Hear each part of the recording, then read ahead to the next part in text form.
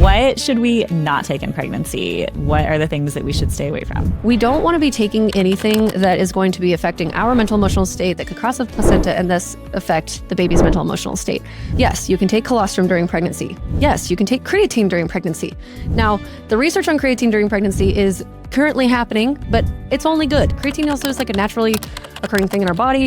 It's only good. Everybody wants to know, can I drink coffee in pregnancy? Yes, you can. Is it good for you and your baby? Not necessarily. The research that does exist shows that 300 and more milligrams of caffeine per day has a higher increased risk of miscarriage in the first trimester. What are your top recommended supplements in pregnancy that every pregnant woman should take? If I had to wave a magic wand and give every pregnant woman my ideal supplement stack, it would include a really robust, high quality.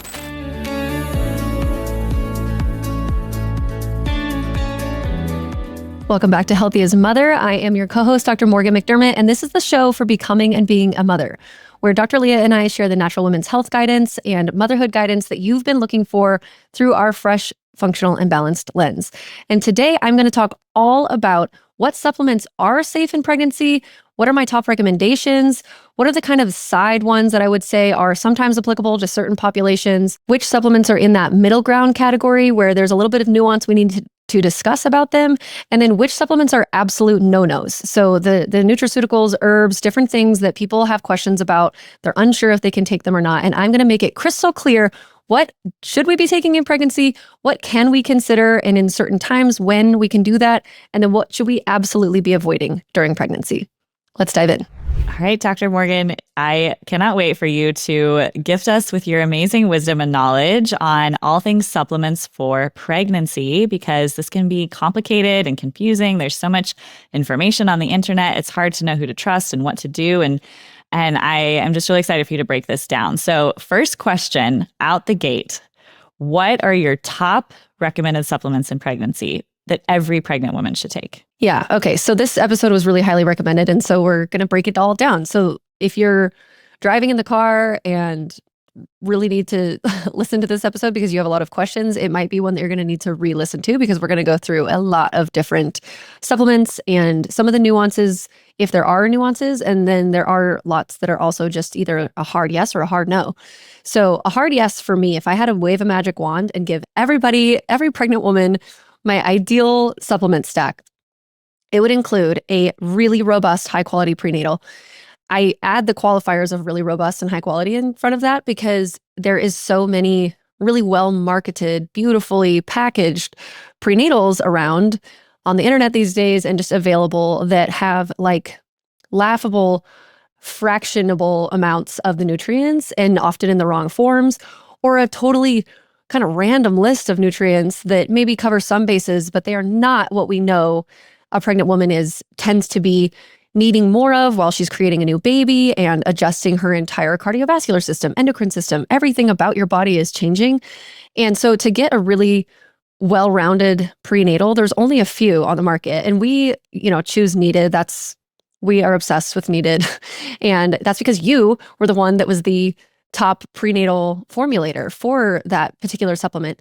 And so you've done your due diligence into researching what kind of nutrients need to be in it, what are the optimal doses, not just going by the RDA minimums, and how do we actually support women now that we also have clinical trials with Needed's prenatal to show that women are reaping the benefits in their blood. They are actually getting the nutrients that they need. So one other little quick thing about that, if you don't want to choose the Needed prenatal, is that make sure that your prenatal of some kind, whatever it is, does not have iron in it. Because although I do think that some women should take iron in their pregnancy, it's not going to absorb well in the presence of calcium, which is also in almost all almost all prenatals in general. So although that is something like a side supplement, I'll call those side ones. So we'll have the core and then the side. So the core ones would be your prenatal. Iron will be a side because they need to be dosed differently in the day, a couple hours apart, so that you can actually absorb your iron, which is already sometimes hard for people to absorb. And anemia in pregnancy fluctuates. Sometimes it goes up and down. We have to look at what's going on with the woman, check things like her ferritin too, and see is this just a lower hemoglobin hematocrit because of overall blood volume increase, or is this actually true anemia. So just know that when you're getting your blood labs tested. But so a quick, like easy distinguisher for your prenatals would be like, don't choose something that's going to have iron inside of it. So, okay, the second one I would add for your core is an omega-3. Now, unless you're somebody who's eating a lot of fish, which typically American women do not, you're probably not going to be getting enough omega-3 in general. Ideally, if I could wave a magic wand and make the perfect supplement, which there are ones that exist out there, and, like give everybody just an easy target amount, I would say you want to try to find 1,000 EPA and 1,000 DHA. So 1,000 milligrams. So you're getting about 1 gram of DHA and EPA per day in your kind of like omega-3 bundle. Now, sometimes people ask me about cod liver oil. Like, well, what about that? Yes, I also think that that's a good one. Do I say it's a core that every single person needs to take? No, but there is added benefits if you want to take it, if you can stomach it. Sometimes it comes down to like, I'm very nauseous. It's first trimester. I cannot take all these things. What are like the bare minimum that I need to take? So I would say cod liver oil is not probably going to make my list in that way, but if you can stomach it and you can take it, the benefit of cod liver oil, and a lot of omegas also have this if they're fish derived, is just a higher fat soluble vitamin kind of boost that you're getting with that. So the fat soluble vitamins are A, D, E, and K. So D we hear a lot about. K we hear a little bit about. Mostly people think about it with like newborn babies and getting a vitamin K injection or doing the oral drops. Nobody really thinks about vitamin E. They think about like skin, but vitamin E has a lot of benefits too. And then vitamin A lot of pregnant women are actually very afraid of because we've heard, oh my gosh, it's teratogenic. So teratogenic means it can give your baby a birth defect, which is true in an extremely high amount. But actually vitamin A is super duper duper important for fetal development in all kinds of ways. So we don't want to skimp out on our vitamin A. Yeah. And I just want to add for people who are confused, and if you're looking for omega-3 supplements, why EPA and DHA? So they're different. The DHA is more for the baby's brain development, and the EPA is more anti-inflammatory. If you had to pick one over the other in pregnancy, I would lean more toward DHA just because that's much more helpful for baby's brain development, but it's ideal to have both. And then postpartum, both are important as well, but EPA has actually been shown to be really supportive for postpartum depression because it lowers inflammation. And, when I was formulating for Needed, I had to dive really deep into all of the research on everything EPA and DHA and learned a lot. And it's just amazing, you guys, how powerful these nutrients are. So I'm glad that this made your top list because it's also on my top list for even fertility and hormones. It's just omega-3s are so, so, so important. Yeah, honestly. Okay. So like those, I'm such a visual thinker, those take up like the whole bottom of my iceberg. How appropriate. Cold water, EPA and DHA, they usually come from cold water fish. So get your fatty fish. Yeah, your smash fish. So salmon, so that's an acronym, SMASH. Salmon, mackerel, anchovies, sardines, and herring. But actually mackerel has kind of a high amount of mercury. So in pregnancy, that one's not a great one. But the other ones are good if you can stomach them, again, if you like them. I am not somebody who loves a ton of fish, and omegas are going to be something I take for my whole life. So a really high quality prenatal and a good high quality omega, that's the bulk of it. Now, a lot of people also would benefit from, these are still kind of in my core because most people will still have great benefit and need them.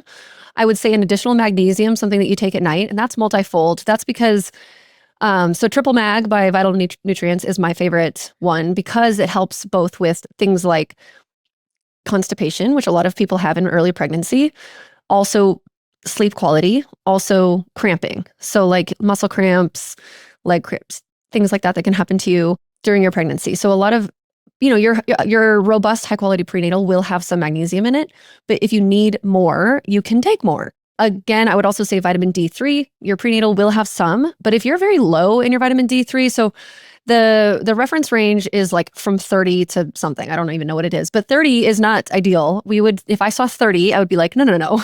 We are supplementing robustly to get up into this like 70, 80 range. Okay. So if you have like a dose of 2,000 to even 5,000 IU per day and your level is 30 in your blood labs, it's going to take you like a year and a half to budge that number. It's just not enough. So having a vitamin D3 hopefully also contains K2 in it. So that's a version of vitamin K, because these are fat-soluble vitamins, and fat-soluble vitamins almost always pair together and work together in a synergistic way. And so there is a product by Orthomolecular that's a dropper form of vitamin D3 K2, which is my particular favorite because each drop is 1,000 IU. So it's very easy to give a good high dose amount. It's good and easy to give, like, to kids a couple times a week in a smaller dose. It just can work for the whole family. But you're going to need to take more. And I can't tell you exactly how much you're going to need to take every day because it's going to depend on your lab. So talk with your doctor about it. But like if you're at 30 and your prenatal has 2,000, which is like the needed prenatal has 2,000 D3, you're not going to budge that number. It's just a maintenance dose. So let's just pretend that person is put on by their naturopathic doctor, someone who's managing them, 10,000 IU per day. In addition, so overall, they're taking 12,000 IU per day for a set period of time, and then they will retest. That's what it might look like. So I'm not telling you to do that because you can go into vitamin D3 toxicity if your levels reach, into the 100, above 100 and beyond. But again, if you're under the watchful eye of some practitioner, that is very unlikely to happen. But there's so many known benefits of really good, robust vitamin D levels for your baby, for their neurodevelopment, for their risk factors of things like autism, ADD, ADHD later on. It's just one of those that I do not think we mess with. And I know that the natural crunchy community is kind of like anti-vitamin D, which is so weird to me. I know. I don't get it. I know they're not anti-vitamin D. They actually are like worshipers of vitamin D. And they're like, let's get it from the sun. And I'm like, yeah, that's cool. That's great. But certain skin colors and certain latitudes are just not going to be adequate enough for a good, robust vitamin D. And certain genes. So there's a vitamin D receptor genetic mutation that a lot of people have, and it just takes a lot more vitamin D for those people. And I've ran hundreds and hundreds and hundreds of labs on people who live in Southern California, just because you have access to the sun and it's actually nice every single day. You could be outside all the time. And I see people who are outside all the time surfing, they still don't have adequate D. So some people do for sure, but typically we do need that support, and it's just not a nutrient that we want to be messing with. And yeah, it's like that's a whole complicated thing. I also want to say one more thing about magnesium is if you are a person who's pregnant and struggling with taking a lot of capsules, I do like Needed's magnesium powder because it's their sleep support and it is safe during pregnancy, right? Yes. Yep. And that's a great one because I personally had a hard time taking capsules during my pregnancy just from nausea and vomiting. And that is a really lovely one that you can mix into a drink. It tastes really great. And so that's another form of magnesium because people confuse often. There's different forms of magnesium. And if you get the classic calm magnesium powder that is advertised a lot, it's a different form of magnesium called magnesium citrate. And if you just drink a bunch of that, it will make you have diarrhea and like not feel great, maybe in your gut, or it can be used sometimes to help with a bowel movement. But I just want people to understand the difference and that sometimes just getting it in a powder, you want to make sure that the form is magnesium glycinate, not magnesium citrate, because a ton of powder drinking magnesium citrate can lead to more loose bowel movements. So if you're looking for a powdered magnesium and not another capsule, I do love Needed Sleep Support that has the right form of magnesium. And just so that everybody knows too, I'm looking at it right now. So it's 3 forms, which that's my preference. And that's why I like the triple mag, is because there's 3 different forms of magnesium in triple mag. And in the Needed Sleep Support, it is tornates, gluconates, and then there is some citrate. But I like the citrate though, and that's fine because again, that's going to help with constipation. So especially in the first trimester, a lot of women experience weird poop stuff. Sometimes people have loose stool, but I feel like though most of the time, at least in my experience with clients, patients, it's the opposite. It's like a constipated picture because of progesterone. Progesterone slows everything down. And when there's poop in your colon for a longer period of time, water is going to be pulled out of it. It's going to get dry. You're going to become constipated. So it slows the entire digestion down. So yeah, good though. I love that you added that in. And I will actually talk about the Needed stress and it's not stress, but sleep and relaxation support more later. And then back to vitamin D really quick. The other thing to know is that if we were living, I'm a naturalist, you guys, I'm an evolutionary biologist. Like I want to think that we can do everything with nature and everything's going to be perfect. But this is the reality is that people in Nordic countries or higher latitudes, like Idaho is on a higher latitude. And right now the sun is rising at like 8 a.m. and it's setting at 5 something, and it's only going to get worse, as we get deeper into the winter. And what would be happening though in those Nordic countries is that they're eating a ton of seafood that is high in those fat soluble vitamins, high in the vitamin D. So they're getting it because they're not getting it from the sun. They're getting it in their diets. And Americans are just not doing that.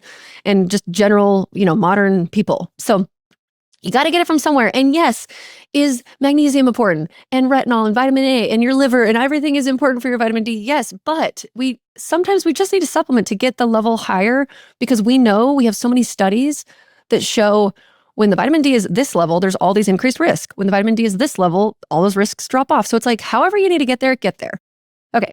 So another one I would say that's like outside of my core, but also there's so many benefits, is probiotics. So if you have a situation where you've been taking antibiotics, obviously this is a no-brainer. But also if you maybe had GBS, group B strep in a prior pregnancy, you don't want to get it this time, taking a probiotic is a good idea. If you have any kind of vaginal microbiome issue in general, yeast, BV, whatever, there's a really good, robust selection of probiotics you can choose from that have the appropriate women's strains in them. You can sometimes take them orally and vaginally. You have to just know which strains can go up the vagina because there's only a few. There's different benefits for sure. If you have a really good, robust gut health and there's nothing kind of going on, do I think you need to take a probiotic every single day? No, not really, honestly. You can have one in your fridge and take it acutely for like an immune system boost if you're sick or something like that. But I tend to be like that with probiotics in general for people. Like, use them when you need to for something. Do they need to be every single day? Not necessarily. Really, the best way to help support our microbiome is through the foods that we eat. Root vegetables, eating the things that the bacteria will grow on, and fermented foods, etc. Okay, so some of the others though that would be in my just outside my very core stack would be, like I mentioned earlier, the iron. So if you need it, you need it. You need to dose it away from your calcium containing supplements like your prenatal. And ideally also you dose it with vitamin C. You can eat something that has vitamin C in it alongside taking your iron. I also don't suggest taking iron on an empty stomach. So what I'm doing right now is I'm taking my prenatal in the morning and at night, and I'm taking my iron in the middle of the day. Oh, I like that. Because that's the only way I can figure it out. But I'm still working to increase my ferritin because it was so low after having Lyme disease for probably my whole life. And so, but I'm working on it. It's better. It's 24. You're doing great. I'm doing That's great. You are doing great. I'm Okay. so proud of you. So, and then I already kind of talked about cod liver oil. That's sort of on the side stack too. And then another one is choline. Now, this is probably closer actually to my core than the side stack, but it depends on your diet. If you eat 2 to 3 eggs every single day and you eat a lot of other animal products, you're probably getting a fine choline dose. Again, in a good prenatal, you also should at least be getting some choline, or maybe that company offers a side choline kind of add-on. Because ideally, and this we learned, we can link this episode, the episode that we did on how to build your baby's best brain, basically, with Dr. Ari Calhoun, that your recommended daily choline intake is 900 milligrams per day, which is a lot. The average egg has like 120 milligrams. And so other foods are high, but choline is going to be best got either from eggs or a supplement. So that is something too that, women who maybe do eat a lot of eggs typically in their lives, they get pregnant. Now they can't stomach eggs. Doesn't sound good. So you got to get your choline somehow. If you are looking for a delicious and effective supplement to help support the immune system of your entire family, from children through adults, including pregnancy and breastfeeding, look no further than the Needed Immune Support Powder. With elderberry, zinc, pre- and postbiotics, arabinogalactans, and beta-glucans, this berry-flavored powder can be enjoyed on its own, or it can be mixed into smoothies, juice, sprinkled on yogurt, made into popsicles, or even gummies. It's something that I always keep on hand as part of our wellness routine, and it can support you through the entire year. Give it a try by going to thisisneeded.com and use code HEALTHYMOTHER to save 20% off your first order. Again, go to thisisneeded.com and use code HEALTHYMOTHER to save 20%. So I get asked this all the time, which is, what can pregnant women take when they get sick? Because this is tricky. There's so many things that we're not allowed to do when we're pregnant. So what would you say when we get sick? Yeah. All right. So first of all, I do have an entire course about this. It will be linked and you can get all of my dosages, all of my very top remedies that are safe and effective for both the populations of pregnancy and then into breastfeeding. Breastfeeding, your world opens up a lot, but there's still some nuance there. So that course details everything, and it goes into a lot of detail about homeopathy, herbs, supplements, and then home remedies too. Home remedies meaning things like a nebulizer and hydrotherapy, etc. So some of the quick ones that I'll just say right now that surprise people that you actually do have available to you as a pregnant woman is elderberry syrup. Okay, cool, great. Best though taken in like the very first 24 to 48 hours of the illness. If you're like a week down into something, save your elderberry syrup for the next illness because it's not going to help you anymore. The way that it works is much more effective if you dose it in the very beginning. Okay, another one that's really great and safe in pregnancy is echinacea. And echinacea is a really powerful herb. It's antibacterial too. It's not just antiviral. Most of the herbs and things that we think about and take are more on the antiviral side, but echinacea has an antibacterial piece to it, which is really important because I find that people get a lot of kind of secondary bacterial infections in like their sinuses while pregnant because there's so much more congestion. There's so much more fluid. I mean, that even if you're not sick, just having a kind of congested nose is a pregnancy thing for many women. But now let's pretend that you do get a viral illness. You're blowing your nose constantly. You are sick. You're doing all the things. But now maybe a week later, you're starting to feel really bad again. You're getting another fever. And now the snot has maybe changed color to like a darker brown, something like that. And you're thinking that you have a sinus infection. So this is where I really push all my pregnant ladies who are getting sick to be very diligent about using echinacea. If there is a very snotty picture or like ears or a phlegmy cough, anything where there's that mucus that could be sitting there, because that's where the bacteria is going to grow. If you're going to get something like a secondary bacterial infection, or if you get like, I don't know, some other kind of like obviously bacterial something, you can try echinacea for a little while. And sometimes, you know what, we have to take antibiotics. But echinacea is really great for that. This is where we can also add in things like probiotics, as I mentioned earlier, for an acute immune boost. Added zinc. Your prenatal will have some zinc, so you need to look at that dosage and figure out, okay, like let's say that for an acute period of time, we can take like 40 to 50 milligrams of zinc total for maybe like a 5-day span. We don't want to take it for longer than that, but like 30 milligrams of zinc every day in pregnancy would be great, actually. So getting to that level somehow would be awesome. You can take more vitamin C, and actually vitamin C in pregnancy needs to be talked about more than it is. Yeah, so actually vitamin C in pregnancy, if we had our ideal dosage, it would be like 3 to 5 grams per day. And hardly anybody is talking about that. I don't know why, but this has to do with like the integrity of your amniotic sac so that your water doesn't break too early. And then you go into preterm labor, your collagen and tissue expansion and of your hips and your joints, but also as you're building your baby's body, like all sorts of things. It's one of your main antioxidants. And it's very safe in pregnancy. And a fun little fact about that, I remember in school we learned we're one of only a very small amount. I think it's like us and gorillas and like a small little rodent. We're the only ones that don't make vitamin C. Like we need to get it from our diet. And if we look at the animals that don't make it and how much they get from their diet, the amount, like you said, that we would need to mimic that is in that 3 to 5 gram mark. And we're not getting that as a total in most people. Yeah, it's so don't be afraid to really go for it with vitamin C. Okay, also my favorite, Xlear nasal spray because it has xylitol in it. Amazing. D3, you can take lemon balm for a short period of time. Yes, lemon balm may have some thyroid activity, but again, you're only doing this acutely during an illness, and that has an antiviral and an anti-fever effect to it. Lemon balm does. The herb name is Melissa officinalis. But also you can take things like beta-glucans and arabinogalactans, garlic, etc. So just know that there's an entire course available to you if you want to learn more about my dosages and my favorite things to do when you are sick in your phase of life of being pregnant or breastfeeding a baby and you're like, what can I do? Because it's honestly, it should be illegal for women who are mothers to get sick, especially when you're taking care of sick kids. Oh, that's so hard.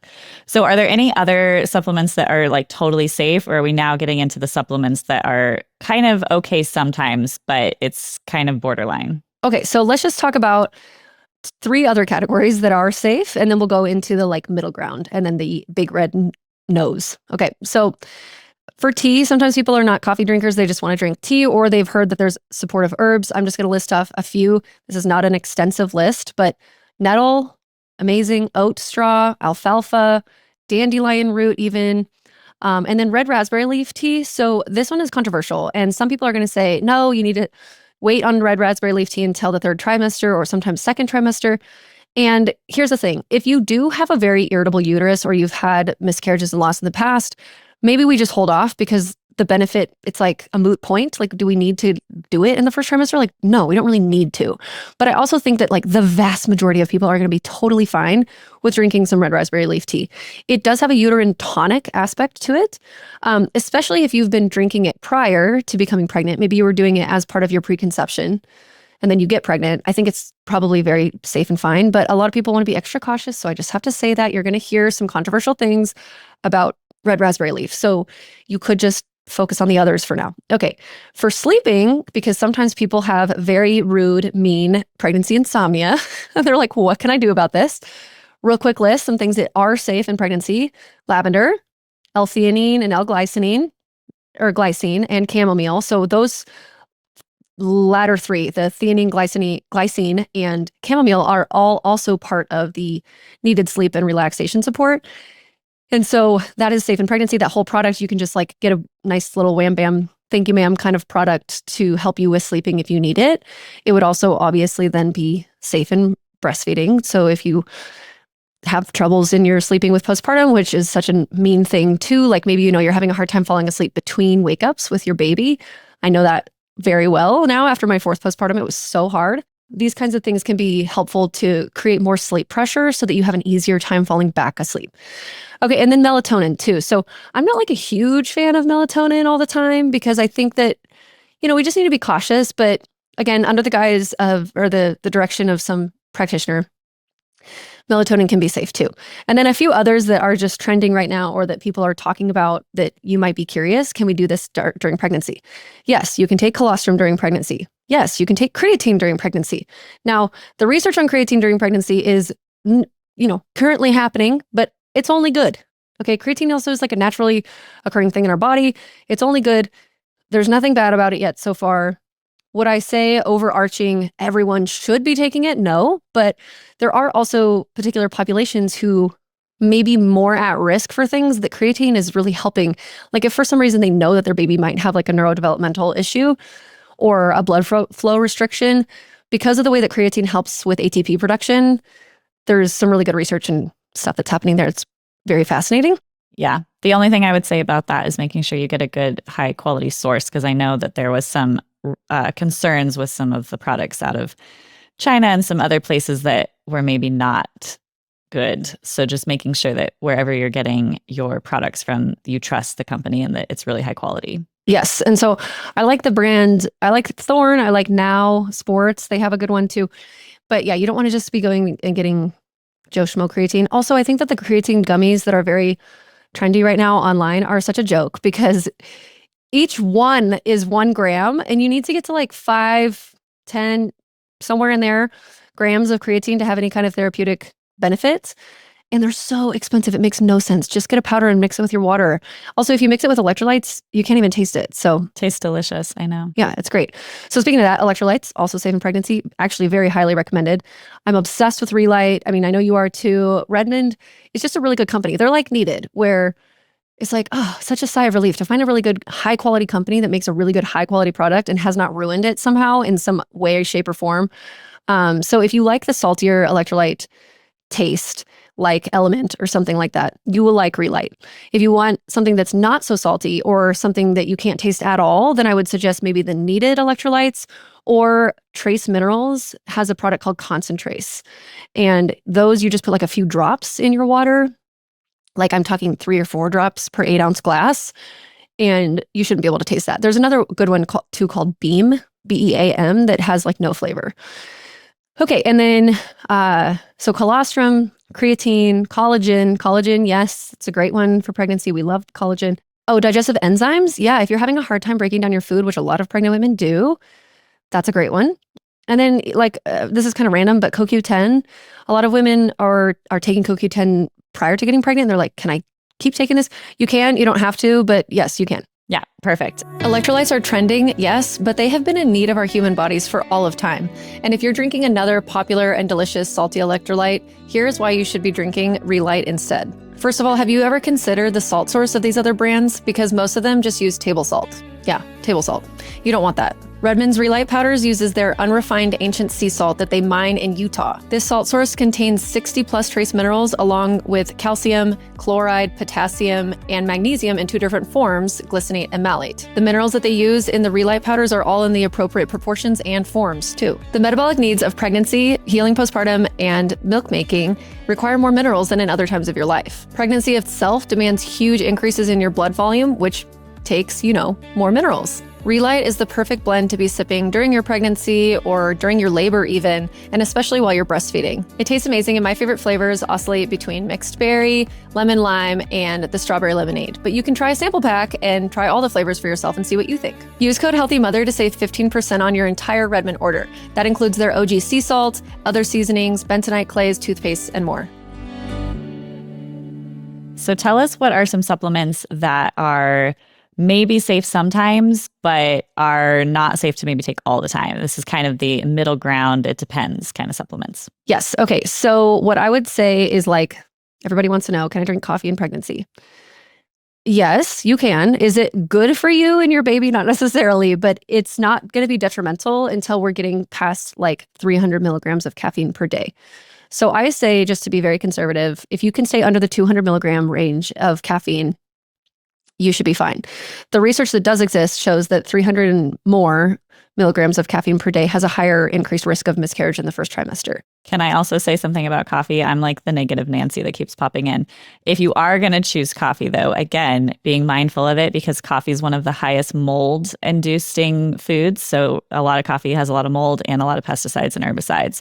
So if you're just every day kind of dousing yourself with low-quality coffee that is covered in herbicides, pesticides, and mold, probably not the best thing for you and your baby. And also, if you're drinking it in a plastic cup, getting it from the coffee down the street or at Starbucks. So I just want to put that little thing in there, that it's not always the coffee that's the problem. It might be the things that come on the coffee that could also not be the best. No, it's so true, because you have to think about coffee. What is coffee? It's just soaking in hot water. You're just going to be consuming whatever that coffee bean was exposed to in hot water, and then you're drinking that water. So if there are mold spores on it, if there are pesticides that were on the outside of it, if there was any kind of cleaning solution or weird, I don't know, whatever, they imagine this production of coffee. It's one of the biggest products and consumables in the world.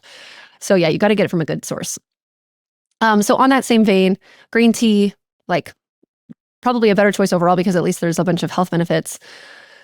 But still, you want to keep your caffeine in that range. Kombucha. So people are really worried because there's 1% alcohol sometimes in kombucha. I'm not worried about that. I do think that sometimes really chronic kombucha drinkers may want to look into their overall yeast pictures in their body, because sometimes they can be really attracted to drinking kombucha all the time, and it's sort of feeding their yeast overgrowth problems. But drinking a random kombucha every once in a while, totally fine.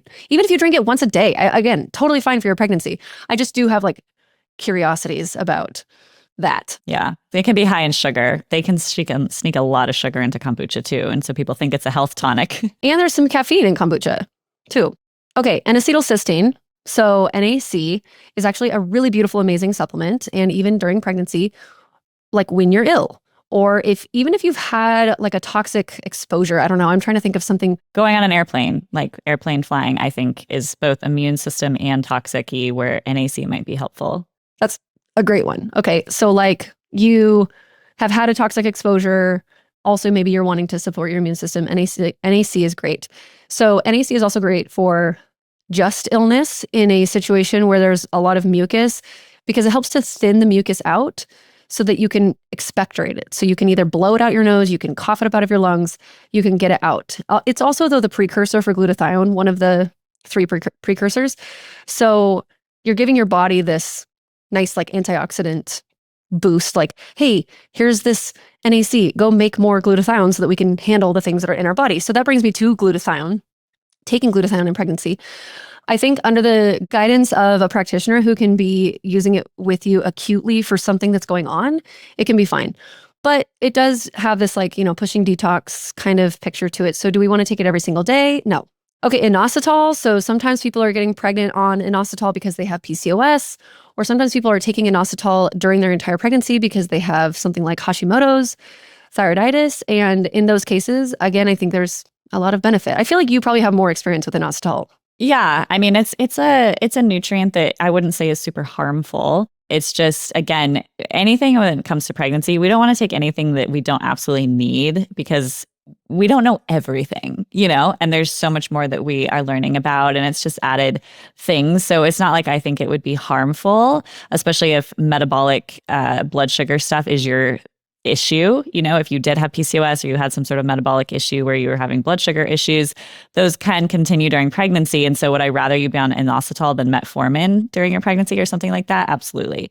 But it just, if you don't have to be on it and you're like, I just heard inositol is good, I should just add it to my pregnancy list. It's like, you don't need that, So you pick and choose the supplements that you're taking very intentionally. Yeah, I would say it's a good one. Yeah, I'm glad you said that because that's kind of why I wanted initially, without having like that clarity of thought, like you just outlined. That's why I had sort of like the core supplement stack, and then there's like the side ones because if you don't need it, it's like, first of all, it's expensive. We don't want to add to your plate. And again, we don't know every single thing. And so there may be some negative something. So anyway, inositol can be fine for certain populations.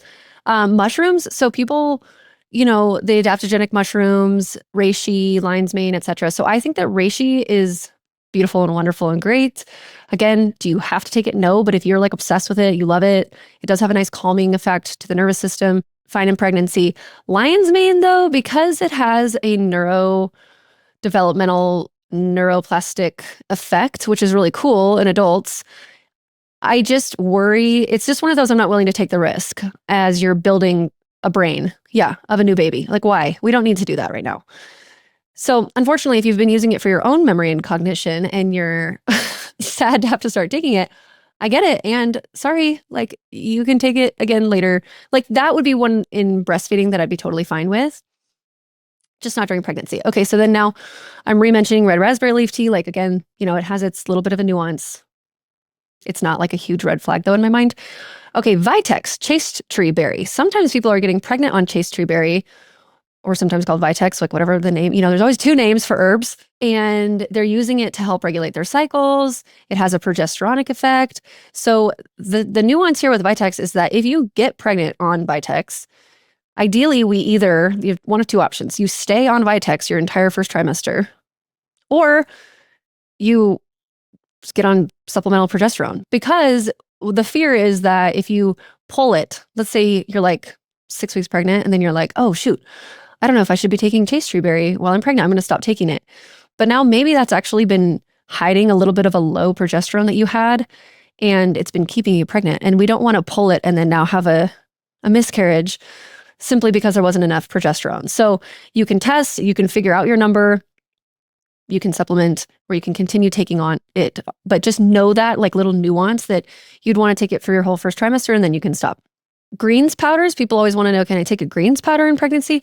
Yes, if you can find one that doesn't also have a bunch of weird stuff in it, which is hard. Yeah. And also quality is really important here because a lot of the greens inherently are metal chelators. So they pull heavy metals from the ground, like chlorella and some of these other things. And so that's another one that it's like, do you want to be drinking a bunch of heavy metals if they're in the greens? You just have to be really mindful about the sourcing and trusting the companies and making sure that they're doing like third-party testing and stuff. Yeah, absolutely. And just really checking the label carefully too, because I feel like a lot of greens powders, it's cool when you're not pregnant, but they'll slip in like other superfoods and nutrients and things that actually aren't great during your pregnancy. So I don't have a brand recommendation for that one. I like the Thorn, I think it's called Greens Plus, but it's not good for pregnancy. Yeah, I think Parallel came out with one, but I would have to look into their quality to know if it's like good or not. Okay, and then the last one that's kind of in this like middle ground is milk thistle, because milk thistle is lumped into a category of herbs that all have to do with like detox. And so people will be like, oh no, you can't take milk thistle during pregnancy because we don't want to push detox pathways during pregnancy. But actually, milk thistle has a really good, well-rounded kind of liver protective picture to it, it's not going to push phase 1 and phase 2 detox, which is like the methods of how the liver gets rid of toxins in the body. There's phase 1, then it goes into phase 2. And there are herbs that push those pathways, or they help increase and upregulate various components to those pathways. Milk thistle does not do that. It actually acts as like an antioxidant inside the liver. It reduces inflammation. It helps protect the liver from toxins. And it has like a really cool anti-nausea, morning sickness thing, some hyperemesis gravidarum research around it too. So, or at least anecdotal. And so that can be cool maybe to consider if you are having a really hard time with nausea. You could consider adding that. It's because of the compound inside of milk thistle that's called silymarin. You can do some more research there. And that actually just reminded me, one that I did not have written down on my list is taking something like a DAO enzyme. So I mentioned digestive enzymes earlier. And one other one, if you are really, really struggling with nausea, you can take a histamine breaking down enzyme called DAO, and it is something that is made in the liver. But what happens in pregnancy is that there's like a lag. There's a huge increase in histamine happening from the placenta, from the pregnancy itself, and your body hasn't had enough time to catch up and make enough DAO to break that histamine down. And so an excess of histamine can make us feel nauseous. And so again, under the guide of a practitioner, you can work with using this enzyme to kind of get you through that time period. Love that. And some people genetically don't make enough DAO. So that can also be a factor if you're someone who has repeatable nausea in pregnancy, AKA me. I know. It's okay. I figured it out. I did genetic testing and I know now. And if I would have known it back then, it would have maybe been different, but that's okay. You know it now. So you all benefit from my constant vomiting. Yeah. Learn from our suffering. Okay. Yep. If you are looking for a simple, natural way to nourish your body and support your hormones and fertility, look no further than Fawn Regenerative. Fawn crafts time-honored foundational foods like bone broth, tallow, and lard that reclaim vital nourishment. Their bone broth is slow simmered over 18 hours with equal parts bones and water for maximal nutrient extraction. Did you know that most other brands don't even make their bone broth from scratch? This is gut nourishment in a jar, which is essential for supporting your hormones and fertility. They are special because they use verified regenerative animal ingredients and organic infusion ingredients. You get pure, clean food bottled in glass. No concentrates, no powders ever. I'm really picky about bone broth, and I love that I can simply sip Fawn's bone broth, and it's absolutely delicious. If you are fond of your fertility and your hormones, and you want to nourish yourself from the inside out, I highly recommend you check out Fawn. Just sip it or use it as your sous chef in any of your recipes. Visit fawnregenerative.com and use code HEALTHYMOTHER to save 10% off your first order and start your Fawn Foundation. Again, that's fawnregenerative.com and use code HEALTHYMOTHER. Okay, now what should we not take in pregnancy? What are the things that we should stay away from? Okay, so I kind of lumped these into a few different categories. Things we should not take in pregnancy. The one that I get asked about probably the most is adrenal adaptogen type herbs. Now, like ashwagandha, shatavari, rhodiola, schizandra, the things that are in like the needed stress support, which I'm obsessed with. It's my MVP of all time favorite supplement. And the second your baby comes out of your body, go for it. You should start taking it. Only in the morning time, but you should totally start taking it then. And it's safe in breastfeeding. It is not safe in pregnancy because these herbs are really wonderful and beautiful, but they do have some hormone modulating effects. So whether it's with cortisol or even like actual estrogen, progesterone, testosterone, we don't want to be affecting the way that our HPA axis, our hypothalamic pituitary adrenal gland system is talking to each other. We don't want to be modulating that during pregnancy. Even though it might feel great to want to do that, I get it. No, sorry, it's not our time. We need to wait. Yep. For us or for the baby, we don't want estrogen or hormonal shifting things during a baby's development, because what is around your body during their hormonal development impacts how they will be for a long time. So Exactly. So this would include things like maca as well. Okay, now some immune system things that you should avoid during pregnancy, which, I mean, most of the time people are going to be very conservative during pregnancy. They're not going to want to take anything. They're going to be researching extensively. But just in case you're like, oh, well, I often see echinacea golden seal tinctures in the store, I'm going to go grab that because I know echinacea is safe. So like maybe golden seal is safe. Nope. Okay. So golden seal is not safe and neither is Oregon grapefruit. So these are berberine containing herbs and they do have a uterine stimulation aspect to them. They're also just like very, very intense with their antimicrobial activity. Some other things that maybe you have in your medicine cabinet that you'd love to be able to take that you would in your non-pregnant state that you cannot during pregnancy would be things like oregano oil or grapefruit seed extract, or astragalus. So astragalus is more of like a long-term immune stimulant adaptogen. It kind of takes like a couple months to really start working. But again, we're not going there. We don't want to be causing any kind of immune system shifting in our own bodies, nor for the fetus. Okay, and then, I mean, this one is kind of like, I don't know why people would be doing this, except at the very, very end of pregnancy as potentially something they're trying to do to get the baby out. But again, only under the guide of a very well-experienced midwife would I ever dip in with these herbs. But uterine stimulants like the cohoshes, so black and blue cohosh, no, we do not take these things during pregnancy. Including castor oil. I mean, some people might know that's obvious, but castor oil is not anything you could do topically or internally. Obviously, unless you're trying to have the baby come out of your body. So don't do it. Be like, oh, I heard castor oil packs. I'm going to like drink it, put it all over me. Like, yeah, also a uterine stimulator. Yes. So glad that you said that. Even topically, we do not do castor oil packs during pregnancy. Like, no. If you want to use castor oil like on your eyelashes or something during pregnancy, fine. But we are not doing like a warmed abdominal castor oil pack. We're not ingesting castor oil. Okay. Now, a lot of them, the things that we can't take are the mental, emotional things that affect our psyche. So obviously we know, alcohol, nicotine, cannabis, things like that. Those are obvious, but some of the more gentle, natural ones that you might be interested in, like passion flower, skullcap, valerian, kava. Unfortunately, you guys, these are no's. Like we just can't do it. Okay. Even the like mental health supportive things like 5-HTP or nootropics. So nootropics that might help you with focus. So like Needed has a cognitive support, which is fine in breastfeeding, but it's not safe in pregnancy. We don't want to be taking anything that is going to be affecting our mental emotional state that could cross the placenta and thus affect the baby's mental emotional state. So like for instance, 5-HTP alters our serotonin pathway and signaling. It does cross the placenta and it could alter the baby's developing serotonin pathways. So we don't want to do that. But something like SAM-E is one of those like this borderline where it's probably fine because it's naturally occurring. It's just really a methyl donor. But we don't actually know. So, I mean, there's other ways to support our mental emotional health in pregnancy that I would choose over that. But so, yeah, that's kind of like, that's my list. I know that was a lot. That was like an entire course. That is a course that anybody could learn about all of the herbs and nutrients for pregnancy. Amazing. You're such a wealth of knowledge. Is there anything else you want to say as we wrap up?